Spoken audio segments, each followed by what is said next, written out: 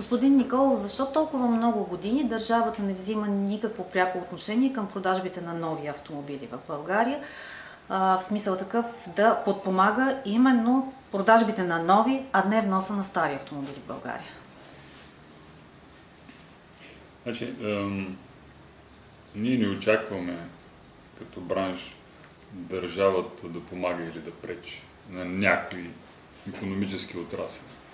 Нашето разбиране е, че държавата би следвало да има ролята на регулатор на икономическите процеси, регулатор, който дава визия в каква посока ще се развива този или онзи бранш, респективно какво могат да очакват, а не изненади, всички участници в този икономически процес и фирмите, които развиват бизнеса и клиентите на този бранш. В случая бих казал, че за последните 20 години държавата не е взела отношение по този въпрос. Именно автомобила в края на 20 или през 21 век какво място ще има в живота на хората. А той, автомобила, както всички знаем, има едно централно място, тъй като той отдавна е излезъл от сферата на лукса и си е наредил сред нуждите на хората. Автомобилът е средство за производство и надали някой днес, 21 век, би успорил подобно нещо. И ето го проблема с ДДС-то, ползването на данъчен кредит за автомобилите. Да. ДДС-то е една тема, която отделно ще взема отношение. Първо да разясня какво разбирам аз под политика или липса на политика. Автомобилът има отражение, както всички знаем, по много сфери от обществения ни живот, общо казано. Той е свързан и с безопасността. Той е свързан и с опазването на околната среда, сигурността на движение на пътниците или участниците в движението и разбира се и свързано с икономическата страна на нещата, като стока, която се търгува, която се сервизира. Всеки един от тези аспекти е пряко преплетен с другите. Икономиката с безопасността с екологията. И като казвам, няма политика, в последните 20 години никой не се е опитал да намери мястото на тази стока, наречена автомобил. За да знаят хората, например, че в бъдеще, посочено бъдеще, 1, 2, 5 години, ще се толерира и икономически по-чистия автомобил. Респективно този, който замърсява повече, ще трябва да плаща повече или пък няма да може да го ползва. Това е място на регулатор. Ще се толерира повече сигурния автомобил. Респективно този, който не е сигурен, лека по леко ще излиза от производство, от ползване, така че утре да не може да се регистрира такъв. Има колкото искате парадокси. В момента ние като вносители и продавачи на нови автомобили не можем да регистрираме чисто нов произведен автомобил, ако той не отговаря на изискванията на Евро 5.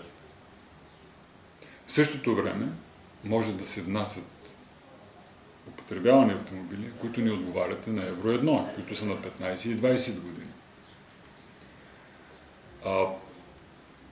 Ако ви хванат, че пътниците на задната седалка на вашия автомобил не носят колани, те ще бъдат глобени.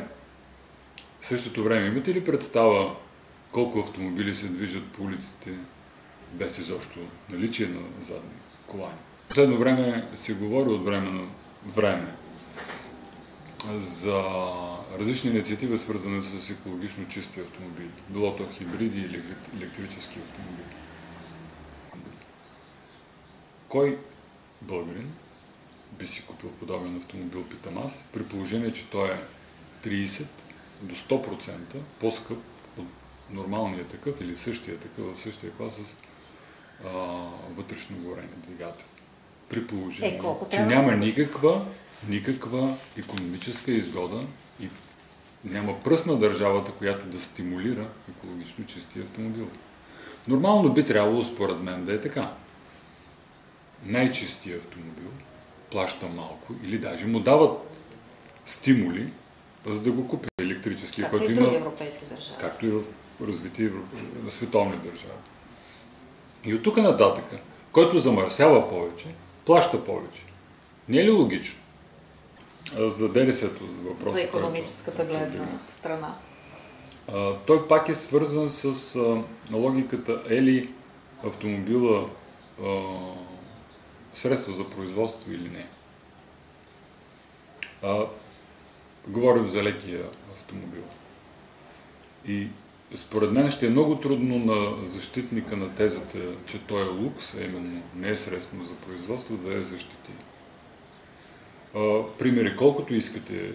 Вземете една дистрибуторска фирма, която има търговски агенти, които обикалят и продават стоката, която представлява. Собственика на тази фирма им дава автомобили за ползване само защото много ги харесва, обича, или защото има нужда и е преценил, че с тези средства за придвижване той ще може да постигне целите си. И ясно е, че това е средство за производство. В същото време не могат всички автомобили да са средство за производство.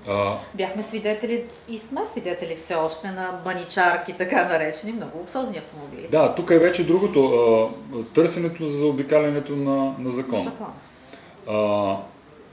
По-правилно би било автомобила, който се купува за фирмени нужди, да му бъде признат частично или изцяло данъчен кредит.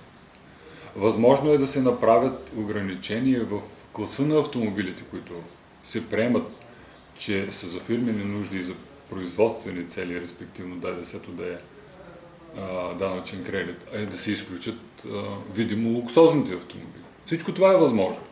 Но не може някой да си купува автомобил или да купи 30 автомобила за дистрибуторската си мрежа в малък клас тип Fiesta и да не може да ползва ДДС. Това му е средството за производство на този бизнес. Тогава държавата защо да изгуби ДДС? Защото тя реално, ако разреши този въпрос, би изгубила ДДС. Какво ще спечели също? Държавата първо ще намери начин най-безболезнено да подпомогне икономически или да даде данъчно облегчение икономически на бизнеса, който особено в днешно време има нужда от това. Той ще се покаже ангажиран към това икономиката на страната да върви. Той ще изсветли, по този начин ще се изсветли и бизнеса. Ще се купуват и нови автомобили, за да може да ползват ДДС, те трябва да бъдат регистрирани, те трябва да бъдат оформени като нови, т.е. стойността им не може да бъде скрита. По този начин се вади на светло и всичко това, което е свързано с ползването на автомобила, неговото сервизиране, купуването на резервни части.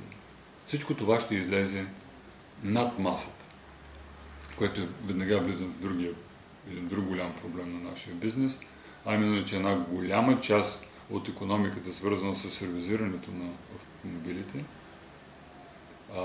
работи на черно. И държавата нищо не печели от това. Изобщо от косвените данъци, които са свързани с продажбата на автомобил, всички ще спечелят. И пак не трябва да се гледа само за себе си всяко едно от тези отделни министерства. Аз с това започнах.